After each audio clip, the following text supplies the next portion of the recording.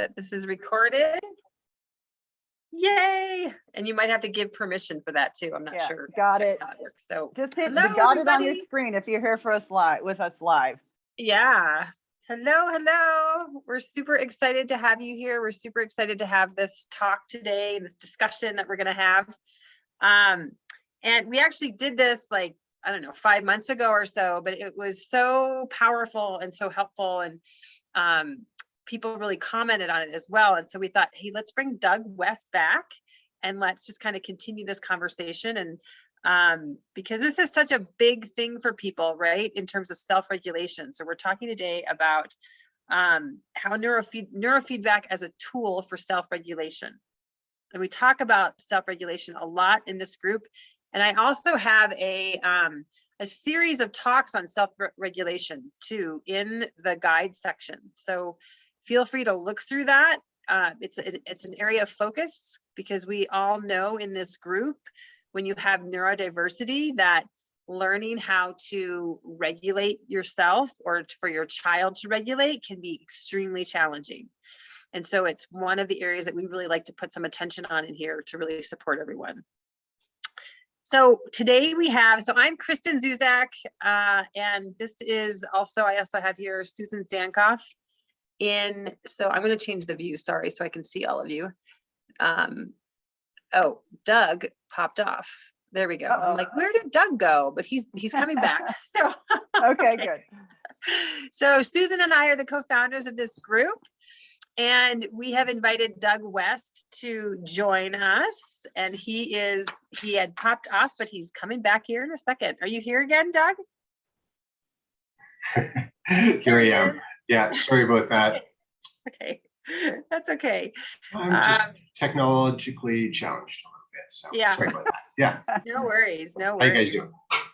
Awesome. So just a few things about Doug, that he's a clinical counselor, he's an art therapist, and an advanced certified NeurOptimal neurofeedback trainer. And he's been working with youth and adults since 1993. And he has a lot of experience working with individuals who have been diagnosed on the autism spectrum. So, and neurodiverse populations as well. So, and doing NeurOptimal training with this type of population. So we really wanted to tap into his expertise and his experiences and even anecdotal experiences, because he's done a lot and he's been doing it for a while, and it's very, very powerful. So one of the first things I want to do before we tap into Doug, though, too, is just to sort of like baseline, help make sure we all have a same understanding of what self-regulation is and what we're talking about when we talk about self-regulation. And Doug, you can feel free to add to this as well. But I just want to make sure, I like it when we all kind of have a similar understanding. So, and I actually have a definition of self-regulation in the guides as well. So just so you know for future. But it's the ability to manage your energy states, your emotions, your behaviors, your attention in ways that are socially acceptable and that helps to achieve positive goals for yourself. So that helps you to get to where you want to get to. So that could mean maintaining good relationships, your learning, maintaining your own well-being. And so that's how I think of self-regulation. And anything you want to add to that, Doug?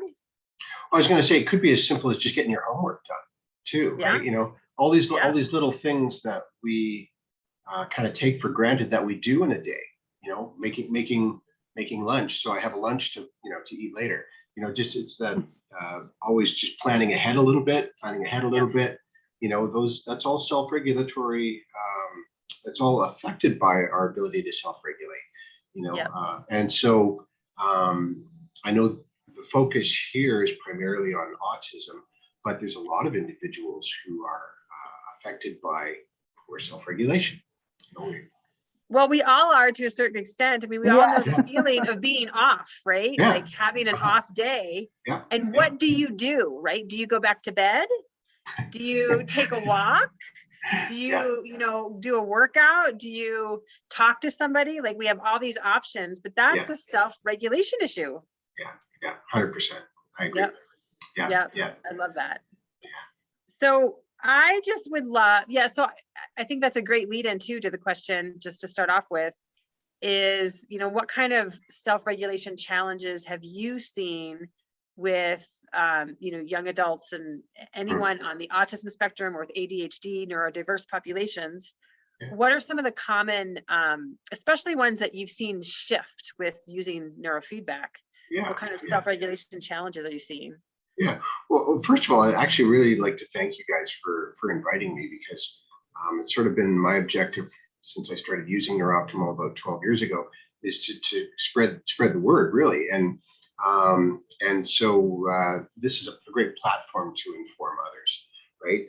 And so I really appreciate you guys inviting me and allowing me to talk about what I've been doing. Coming back to your question, it was about 13, 14 years ago. I was a regional manager for a large autism service agency. And as a regional manager, I oversaw services for a lot of families. There was about 300 families in total that we were working with. Wow. And about 65 were on my caseload. And there was always a strong, consistent percentage of families that just really struggled and didn't seem to move forward despite what our interventions were. We provided clinical counseling, we provided behavior consultation, we provided early intervention, behavior interventionists, speech and language, OT, there was medications involved in some cases. Anyways, there was just this really consistent percentage of families that didn't seem to move forward despite our efforts.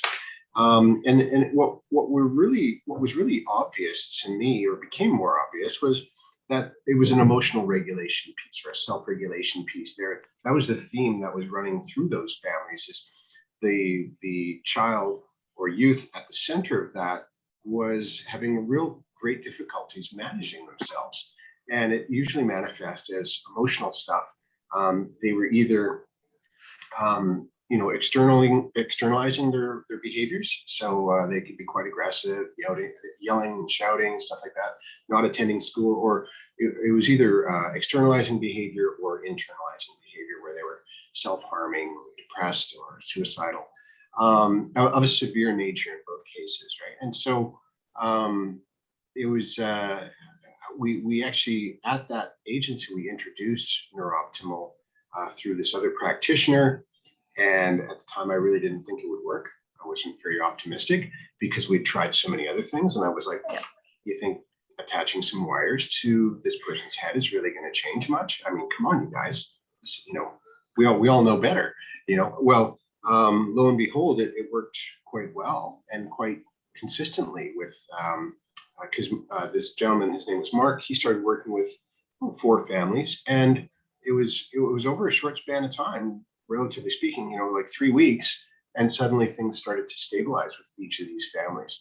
And again, in these cases, there was either externalizing behavior happening or internalizing behavior happening. But in all those cases, things started to stabilize and move a little bit, whereas it was really, really stuck before. And there was no movement. It just, things were just, they just weren't progressing.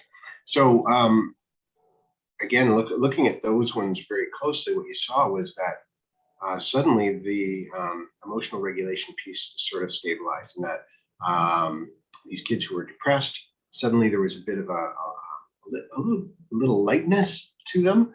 They weren't completely out of the woods yet, but you just started to see things shift. Suddenly they were a little more talkative. Suddenly they were able to remove themselves from their bedroom, where they had sort of kept themselves for the last 6 months. They were interacting a little more with family members. So it was clear there was movement there. With the externalizing behaviors that we were seeing with the other kids, things just became a little more under control. They were just a little less aggressive, a little less reactive, not yelling and screaming as much, not picking fights with other family members as much. It just all started to gradually reduce in the intensity and frequency and stuff like that. So that was sort of my jumping off point to go like, wow, this is amazing. Like medications don't do that, and medications don't really get that kind of result in terms of the emotional regulation piece, right? So from there, I mean, that's always really been my interest with NeurOptimal and working with children and youth. It doesn't matter whether they're on the spectrum, the autism spectrum or not. Neurodiverse individuals, so that includes ADHD, anxiety, OCD, highly gifted individuals, highly sensitive individuals. There's always this theme of dysregulation emotionally that is sort of present. And if you can get that under more control, then all sorts of things start to go much better. Their academics go better, and their behavior improves. Social behavior improves, communication improves. All these things start to improve. It's not an overnight sensation, but it definitely begins. And you guys are NeurOptimal users, so I know you guys probably have that same experience too. You may express it differently than I am, but that's generally what I see. Right? Amazing. Yeah. That's powerful. That's so powerful to see families shift like that. Yeah. I mean, what was the response of the families at the time? In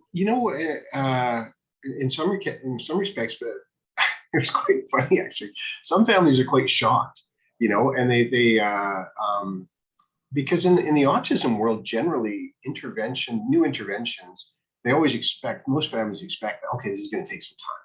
This is going to take, anywhere from 3 months to 6 months before we start to see some action here, or something noticeable, right? Well, NeurOptimal moves along quite a bit quicker in many cases, not all, but in many cases, I've seen things shift dramatically to the point where, I had a parent actually get angry with me because I didn't inform her that things were going to change this quickly.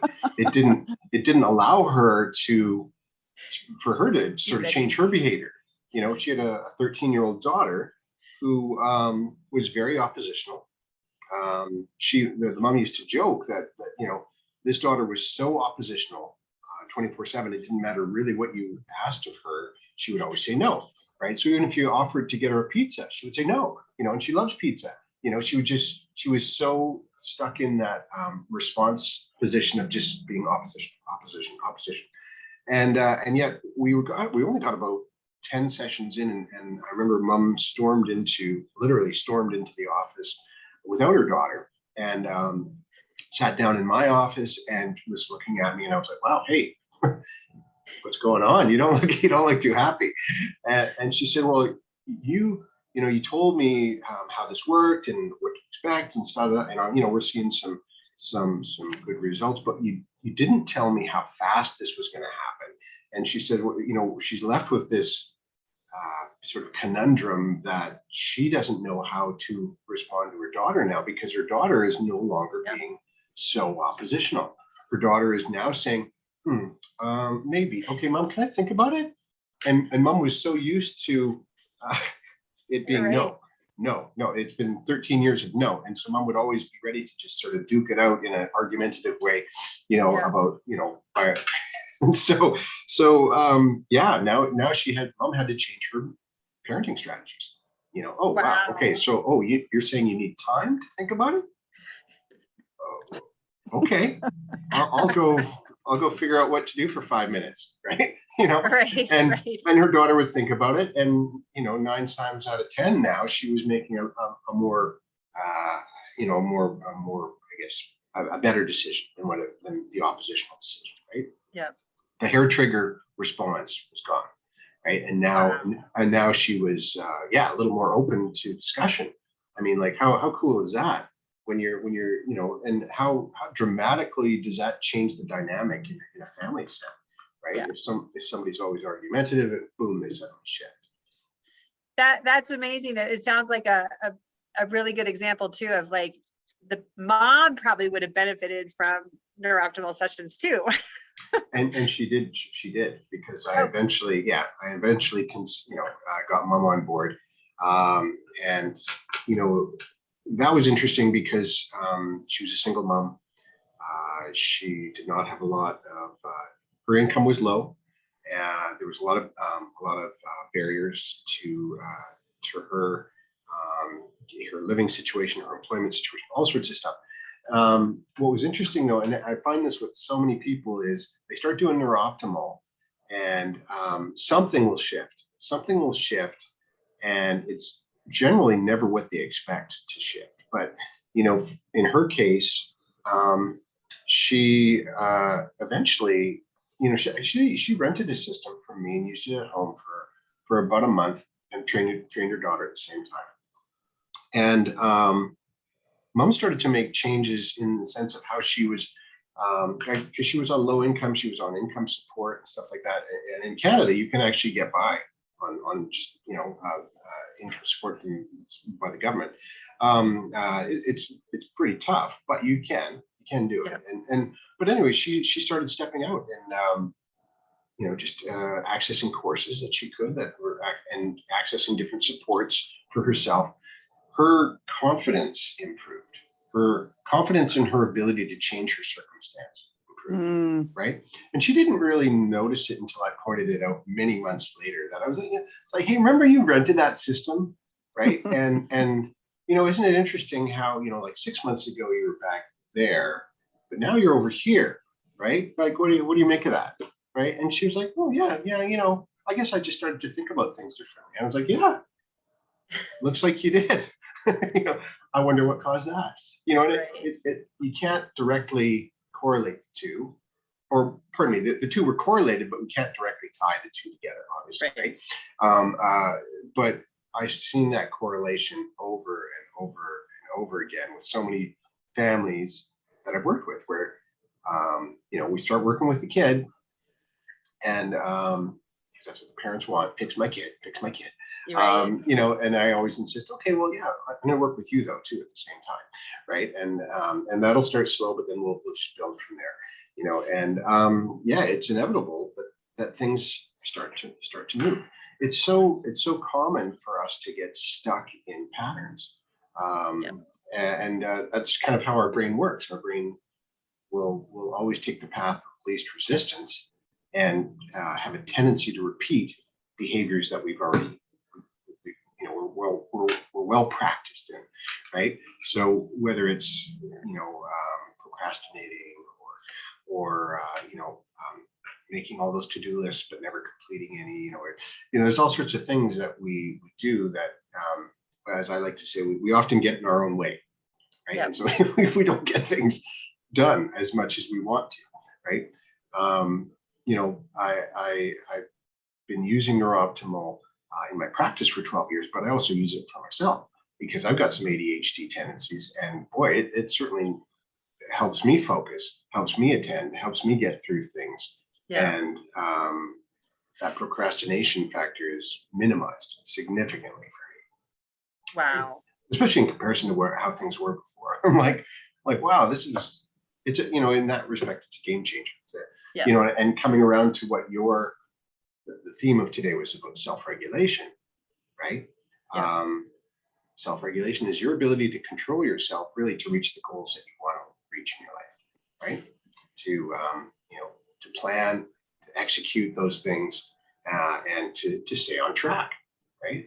So I really do see that this is such a tremendous tool that we can use for many families that we work with, right, to help them overcome different challenges. But it's such a great tool for me as a practitioner. It helps me to be a better practitioner, right? And how would you say that this has contributed to your clients, like overall? I'm not sure even. Well, academically, they do better in school because behavior becomes less of an issue. And what I mean by behavior is not just, I'm also including the ability to attend, like to be attentive in class and to actually stay on task, listen, and actually listen to what the teacher's saying, and actually understand what they're saying and follow through on instructions, all sorts of things like that. ADHD travels with autism at a very high rate. Most kids, or a very high percentage of kids on the autism spectrum, have ADHD happening at the same time. And that's also true for kids who are diagnosed with ADHD. The chances that they have some autism, some aspects of autism happening for them is very, very high. Yeah. Right? They may not test out as being on the spectrum, but there's still a lot of that stuff going on for sure. Yep. You know, and so yeah, it'll take the form of inattentiveness. It'll take the form of sensory processing challenges. So it could be auditory challenges. It could be other sensory challenges like sensitivity to light. You know, yeah, it can manifest all sorts of ways.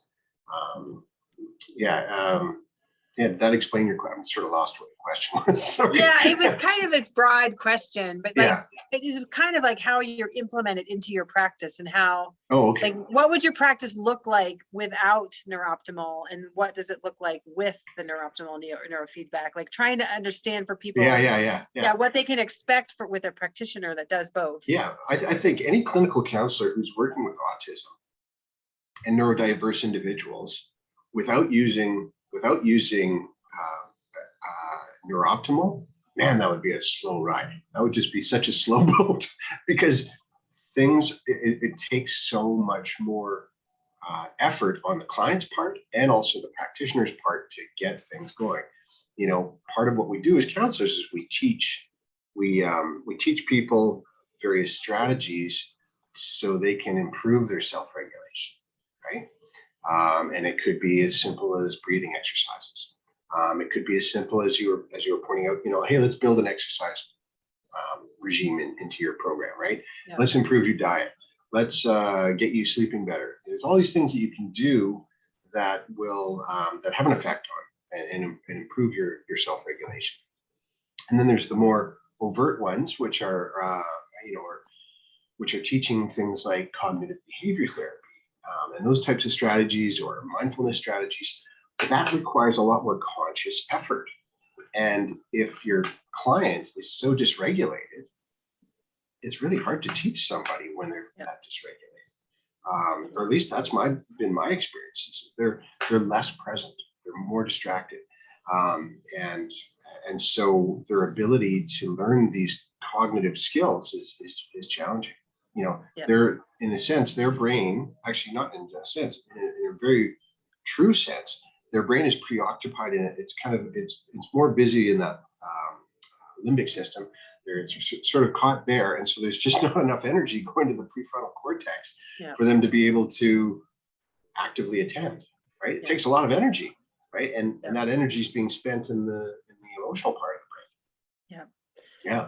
Yeah, I think almost all parents can relate to that concept of it just takes so long, like to see progress. And in that process, we get exhausted. Right.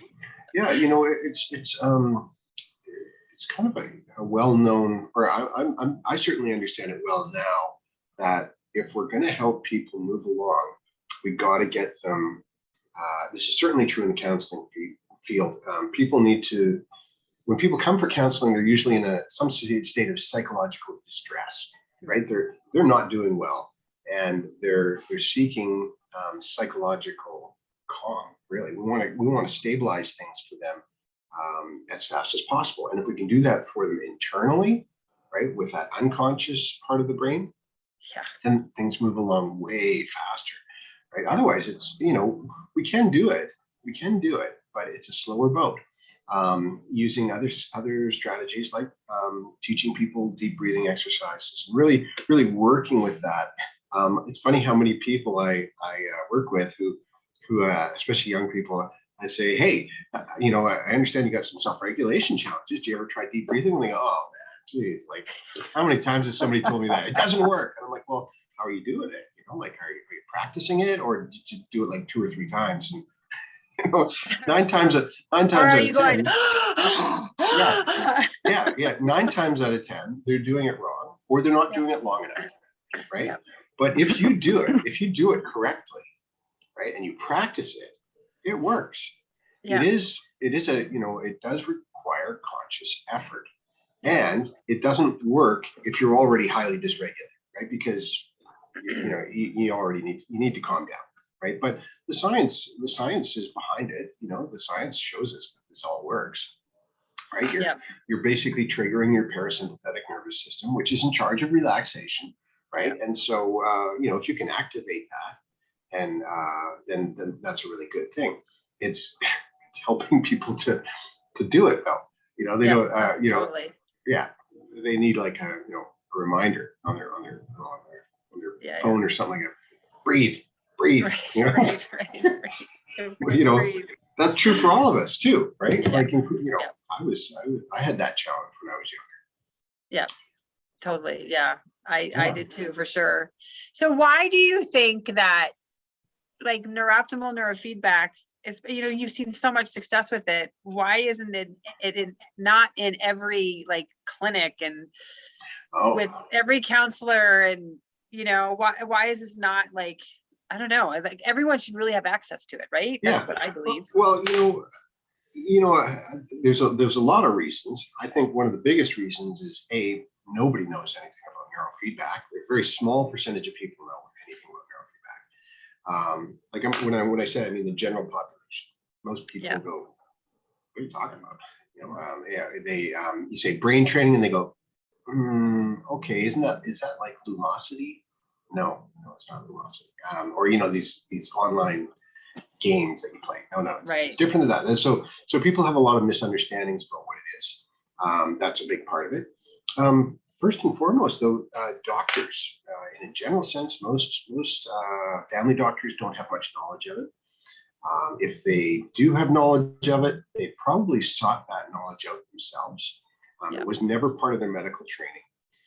It sort of depends where they come from, but or where their training was done. But I find if they were trained in North America, it's like they got blinders on. They see it from a like let's medicate perspective as opposed to let's look at other alternatives, which is puzzling for me given where we're at. But people, medical professionals who've been trained outside of North America, they're a little more open-minded. I find the European ones. I've met a few from South Africa who, boy, you present neurofeedback to them and they're like, "Wow, that's cool. Can I get it? Can I give it a try?" They're way more open-minded. That's true of those trained in the UK. More open-minded and willing to look, say, "Hey, does that work?" I met at a conference here in Vancouver. This is before COVID. I remember I met a young psychiatrist, couldn't have been more than like 32 years old, and just would not have anything to do with neurofeedback, which really surprised me because given how young she was, I would have thought she'd be a little more open-minded to something other than just medications. But no, would not entertain the conversation for 5 minutes. Just nope. Interesting. Which kind of I find it actually energized me even more to try and get her on board. Right. I did get her card and I sent her emails and all that stuff. She never responded.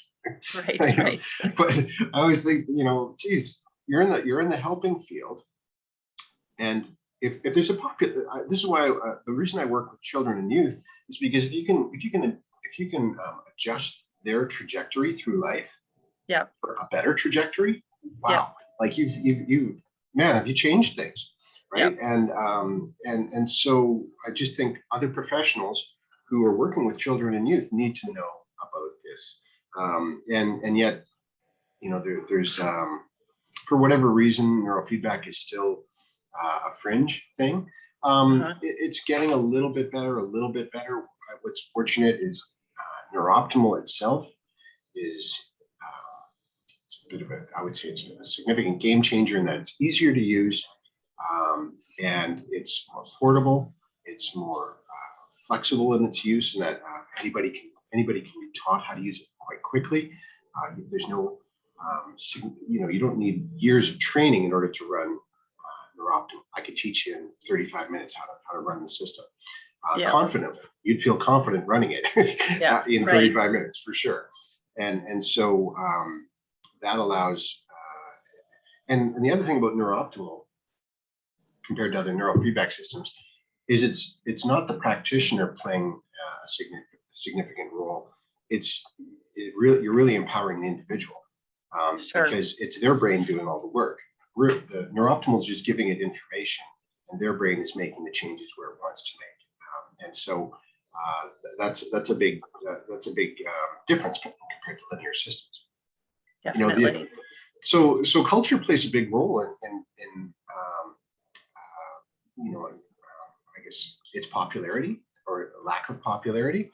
But certainly, again, you guys having a platform like this to help others understand that there's alternatives out there.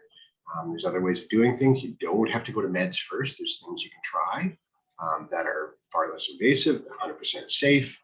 Why wouldn't you try that first? As opposed to going for something invasive.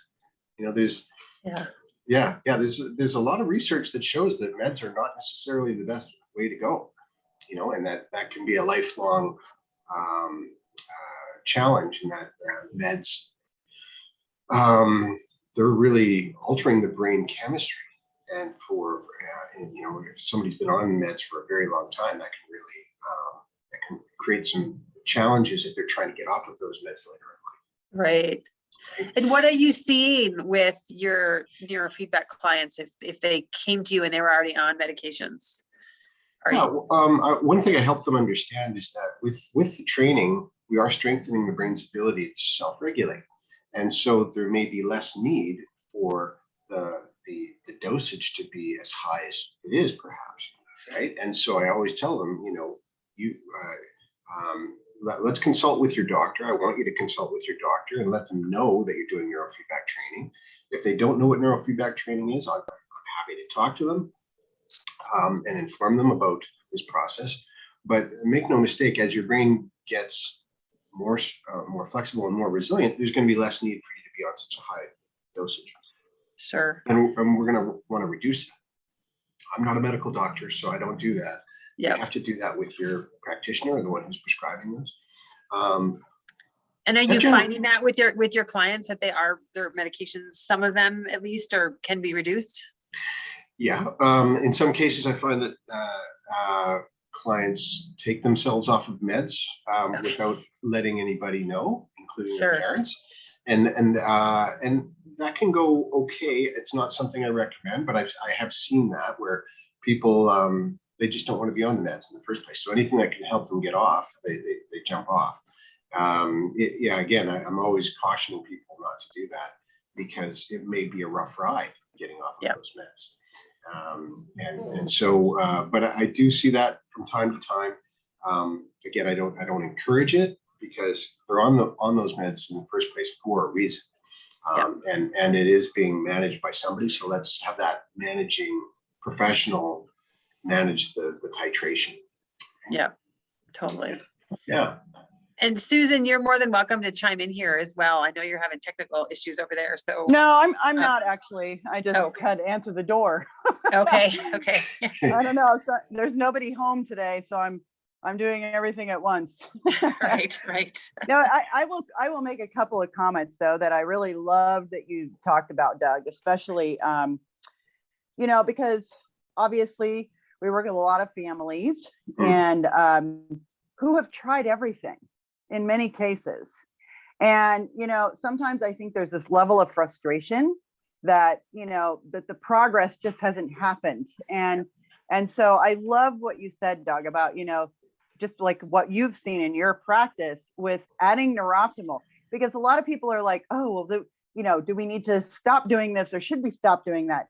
No, if you're already doing something that's helping, but maybe you want to take it to another level, keep doing what you're doing, you know, and add NeurOptimal and see what happens, because a lot of the time it's been my experience too, also that, and even if you talk about therapy, right? I have so many clients have been in therapy forever and ever. And it's like, God, I still feel stuck, and then, the therapists will refer clients to me and they'll say, oh my God, we're actually getting somewhere, so really my experience is identical, obviously, with my own clients personally, but also, input from other therapists, and that NeurOptimal just, it enhances everything. It makes everything work better, you know. Yeah. If I could add, I certainly have lots of cases where the family was also accessing the services of speech and language pathologist, for example, or they were were tutoring, and they found that the progress suddenly jumped. Suddenly, because the child was less frustrated, less reactive, they were getting through more programs per hour, right? Yeah. And I don't know how much a speech and language pathologist costs down in the States, but it's an arm and a leg up here, right? And the wait list is horrendous. But I can't tell you how many parents have said, "Oh my God, like when we go to the speech and language pathologist, it's like anywhere from 150 to $200 an hour, and my kid is running around the room." And I'm going, "Hey kid, money. This is costing money, you know." And the parents are going, "Oh, you know," and the therapist is going, "Well, whenever he decides to sit down, we can get started, you know." And this is the thing, like if the child is super impulsive and super reactive, and that's causing a lot of delays in acquisition of learning. Man, NeurOptimal is a great fit in really helping to reduce all of that stuff. Yes. The intensity of it. So these kids are just able to control themselves better. Again, coming back to that idea of self-regulation, that I'd be like, "Oh yeah, right, I'm in speech and language right now. I'm not on the playground. Okay, I got to chill. You know, otherwise mom's gonna." It actually makes all those other interventions possible for a lot of kids. Work way better. Just work way better. Yeah, or even just make it possible, you know, where they can actually sit through a session, you know, or participate fully in the intervention, you know. So and just on adding to what you said earlier, so many clients, usually adults, will who come to me for counseling and neurofeedback, and they've tried counselors before. They've tried not one or two, but like they've tried like 5 counselors. They've been in counseling since like they were 12, and they're now 35, and they go, "Holy smokes! Like, why the hell did nobody tell me about this? You know, this is I have never felt this good.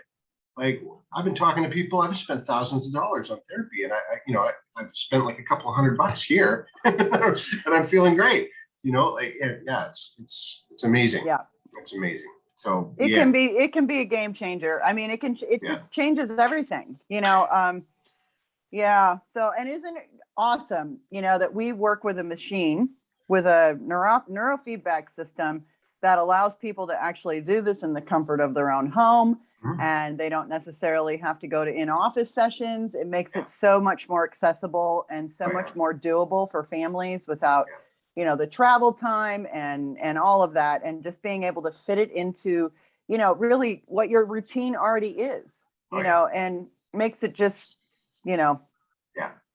You know, I'll tell you a little story. This happened yesterday.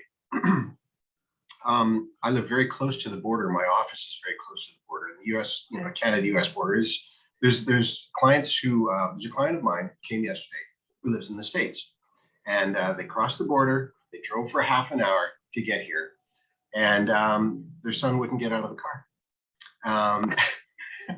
And I'm looking out my window going, "Yeah, they're here, and we're running late, and he's not getting out of the car." I'm watching mom go back and forth, you know. Finally, she gets him in the office, right? And he sits in the chair, and he's like, "No, we're not doing this today. No."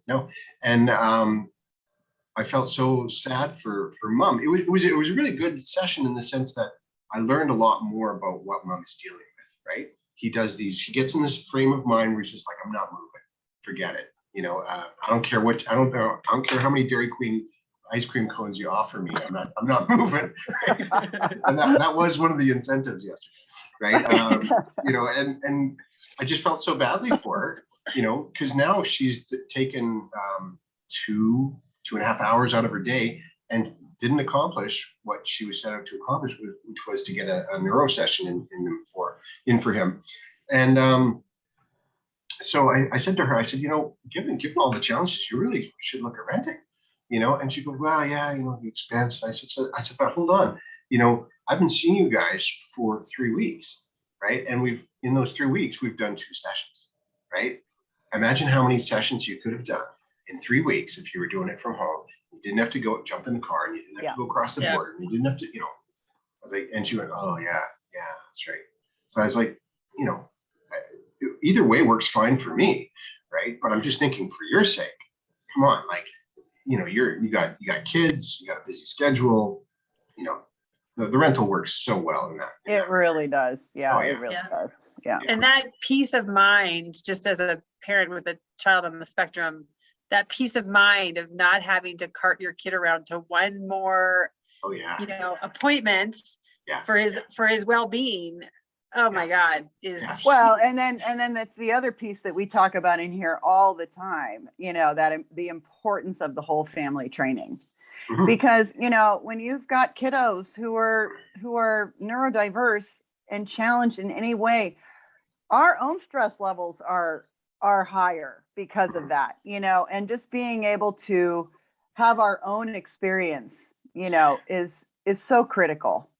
Not to mention the fact that ADHD or that ASD came from somewhere, right? Yeah. And the chances of the parents having some of that stuff is very, very high, right? And so, like again, this example yesterday with this young guy, he, I know his dad. His dad was very forthcoming. He goes, "Oh yeah, I'm ADHD to the gills. I was terrible in school. I had challenges here and there and there." I was like, again, you guys, this is why you guys should be renting, right?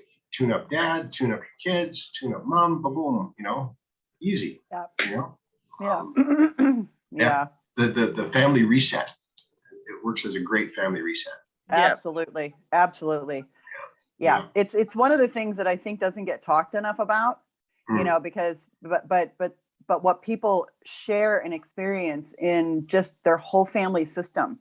Yeah. I love that word, reset. It's like hit the reset button. I love that. Yeah. Well, we all know that, as I was saying earlier, the brain has a tendency to take the path of least resistance. Mm-hmm. We don't consciously do that, but it is what is happening. And it's true in family dynamics too. It's always a case of, these patterns just playing out again and again and again. But if you hit reset on the brain, it's not quite that quick, but it is a reset where suddenly people are questioning what they're doing a little bit. Maybe I'll do it differently today. Maybe, and so, and that's what we need, is an opportunity to sort of reassess and reorient to what we're doing now, as opposed to just doing it the same old. Yeah, absolutely. Yeah. New neural pathways lead to new behaviors. Mm-hmm. Open up doors to all kinds of new opportunities and possibilities, both individually and collectively, I think. Yeah. Nicely said. Yeah. That's a good one. For sure. Yeah. So how much time do you guys have? I just noticed, like, in Vancouver here today, it's 1:45. It's probably 2:45 where you guys are at. Is there any specific questions that we haven't addressed yet that you guys want to get onto, or what are you thinking? The only kind of remaining thing that I know we've covered this, but I think that it's just so important for people to understand what self-regulation is and how it impacts us, because I think it's still kind of nebulous to a lot of people from a day-to-day standpoint. And so just really like giving, either another story or two or some examples of, a before and a before NeurOptimal and an after NeurOptimal behaviors that you've seen. Yeah. Okay. So I guess probably the best one I've got is this gentleman who he came to me, ADHD of an extreme nature. He's tried everything. He's about 40 years old. He's a corporate executive. He's in charge of all sorts of things, right? And his stress levels are increasing, so his ADHD is getting worse. And he's feeling really at his wit's end. He's tried smoking weed every day to see if that would help. He's tried yoga. He's tried medications. He's tried breathing exercises, all sorts of things for years. Nothing has worked. He comes to me and he goes, I heard about this neurofeedback thing, I'm willing to give it a try. He decides he wants to rent. And so I said, okay, well, let's track your progress. And so he identified about 10 different challenges related to his ADHD. And so most of it, it's like focus, attention, impulsiveness, frustration tolerance, so not getting frustrated, or he gets frustrated very easily, not completing tasks. That's a big one, not getting things done, right? So all of the symptoms we were tracking were related to those challenges. He rents a system, he does 55 sessions. There's 55 sessions in 30 days. And I'm like, dude, you rocked it. That was awesome, right? And let's look at what we were tracking to see how you did, right? So 35 to 50% reduction in all of those 10 symptoms we were tracking, right? Wow. And he's going, wow, this is better than I thought, right? And he goes, but it's not going to last. It's not going to last. This is going to be, I have a feeling it's all just going to regress back, because it always does for him, right? And I said, well, I'll check in with you in 30 days. I check in with him in 30 days. Everything's holding, right? So at this point, he's done 55 sessions, but now another 30 days has gone by with no training, and all of those symptoms, the symptom reductions that he saw, it's held, right? It's all maintained itself. And he's like, it's not gonna continue. Something's gonna go sideways. So okay, well, how about I check in with you at 60 days, and post training, and sure, okay. So I give him a call at 60 days. Everything's going great. Everything's going fine. Work is going fine. But he's still really pessimistic. I'm like, okay, I'm going to check in with you in another month. So it'll be 90 days post training, right? At 90 days, he actually contacted me first and said, I'd like to come in for one session, because he had extended health coverage remaining of about like $150, and he wanted to use it up, and he thought he'd come in for one session. Anyways, he never did come in, but we did connect over the phone. And I said, so how are things going now? It's 90 days post-training. And he goes, I'll be honest with you, things are actually better than they were even after I finished training. And I said, what do you mean? And he goes, well, all those gains that I had have grown, right? Now I'm actually able to plan things and actually stick to it. And so now I've actually got a yoga regime that I'm involved in every week, right? I've got an exercise program that I take part in almost every day. I've got a diet plan, all these things that he for years struggled to put in place, right, to keep him on track. Suddenly now he's able to do them all, right? Wow. And stay focused on them. And that has caused him to move forward in the sense of his work, because he was very challenged at his work. He wasn't getting things done at work. Now he's getting things done there. He's getting things done at home. His family life is better. His whole life is better. And it's funny, it's now been at least 6 months since I spoke with him. At least that. And so I sort of want to check in with him. Although I haven't heard from him, I'd like to check in with him just to see how things are going. Yeah. But that's probably one of the best examples. He ADHD symptoms were really compromising his ability to self-regulate, to get things done. The things he wanted to get done, which were important in him moving forward, he couldn't get them done. The NeurOptimal sessions did 55 in 30 days, which was really intense. That's a lot, great. Yeah, it's a lot of sessions, right? And he benefited tremendously from that. That's awesome. Yeah. That's a perfect example of that, opening the door to possibilities, right? Yeah. Because that's what it does. It just, my experience is that neurofeedback facilitates change. So whatever you're wanting to be different in your life, one of my favorite tracking tools, Doug, is that last one that is sort of like, what are your goals, or what's your wish list, right? And I always encourage people to put something down there that doesn't have anything to do with anything you're really concerned about from the standpoint of what you would like to see happen. But what would you like to have be different in your life? Yeah. And I've had clients who have left jobs that they were stuck in for 20 years, and suddenly find it within themselves to decide, what, I'm ready for something new. I'm just ready for something different.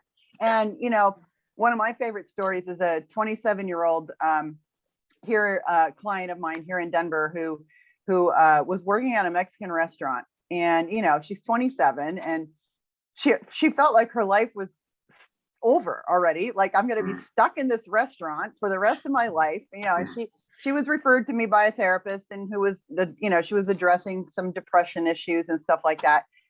Anyway, 6 months into her training, and she was somebody that I saw in my office only once a week. And, actually, I think it was more like 3 months into her training, because I have a lot of clients also who may only come and do training once a week, but it becomes part of their self-care, going to get a chiropractic adjustment or getting a massage or whatever. And so she's one of these clients that I saw on a pretty regular basis, once a week for several months. One morning, one Sunday, she texts me and she says, "I can't wait to see you this week." And I'm like, "Okay, I'm so excited to hear what you have to say." And she said, "I woke up on Friday morning and I decided that I was done with this job. And we have this really incredible breakfast restaurant here in Denver called Snooze. This place is a place where you have a 2-hour wait no matter when you go. Doesn't matter what day of the week, what time of day, 2-hour wait. Okay. Most popular place to eat breakfast in Denver." And she said, "That's where I've always wanted to work." So she went in for an interview, and her confidence level was so high, and she was just feeling so good about herself. She got hired on the spot for a food server position, which never happens. You always have to start at the bottom and move yourself up, right before actually in 2020, she reported to me that she had been hired, and she's now a manager of one of those restaurants here in Denver. Nice. And she's like, "It's all because of NeurOptimal. It's all because of NeurOptimal." It's just one of my really favorite stories around that, that build that self-confidence and that opening the doors to new possibilities. And, it's just, it can be such a game changer. Yeah. And all of that pertains to self-regulation. Totally. If you're regulating better, the chances of you achieving the goals that you set for yourself are increased. Yeah, right? I love that. You'll stay on task. You'll keep moving forward, even though it may be incremental. You'll just keep moving forward, and those little spurts, I want to add to that, like those little spurts of fear you might feel won't hijack you. Right. Yeah. That's huge. Yeah. And, it's important. So much of why the possibilities occur is because people become more self-aware, right? You know what? I just realized I really don't like this job. I really, I just go through it every day. I go through it, and I just thought, wow, I don't like my manager, or I don't like the people I work with. They're okay, but sometimes they're just annoying as heck, and they're not for and I've got ideas about where I want to be, and it's not here, right? So how am I going to change that? They're not going to change it for me, right? So it's when we start thinking that way that we start to make, maybe I'll make this little change, and that little change can go boom and just turn into a huge change, right? Or a huge shift in direction, right? It's really cool stuff. I loved hearing all your stories today, Doug. It's really so inspiring. And thank you so much for sharing some of the, the successes that you've experienced in your private practice, and, just the changes and the miracles really that you've witnessed, because I always feel like, for me, NeurOptimal feels like a little miracle machine sometimes. Absolutely. Here's the things. Sorry to interrupt you, but I'm just one person. There's a lot of people out there who are practicing with NeurOptimal. I want to see it grow. We all want to see it grow, and absolutely, because it is very possible to make it grow. It's so much easier now to access advanced brain training, because you don't have to, like, in compared to linear systems, this is so accessible, right? And easy. And that's what parents or people need to understand. It's very, very easy to access. Yeah, right? absolutely. I talked to a kid, I'll make this very short. I talked to this 17-year-old yesterday. And it was funny because we did an online consult, and he was asking, I said, so it sounds like you've done a little bit of research on neurofeedback in general. He goes, oh, no. But he started asking me all these questions about alpha waves and delta waves, and protocol training. And I was saying, so you didn't do any research, huh? Because you don't know anything about neurofeedback. I said, because none of that stuff is really relevant with the system that I use, NeurOptimal. And he went, it isn't? And I no. And so he immediately, as I'm talking to him, he's Googling what NeurOptimal is, right? And he's going, oh, okay. And so, because what was interesting is what he had also found in his research is that harm could be done with a linear system. That's right. Yeah. And so he was very cautious. That's why he didn't come in for an in-person consult, because he had already decided, I'm not really interested in this because I've done a little bit of research and some harm could be done. And I want to do something that's totally safe. And so I directed him to the NeurOptimal website, right? And I said, okay, you want to read this and you want to read this. Anyways, he's starting on Friday here. So. Oh, that's great. That's Very great, Doug. cool. Yeah.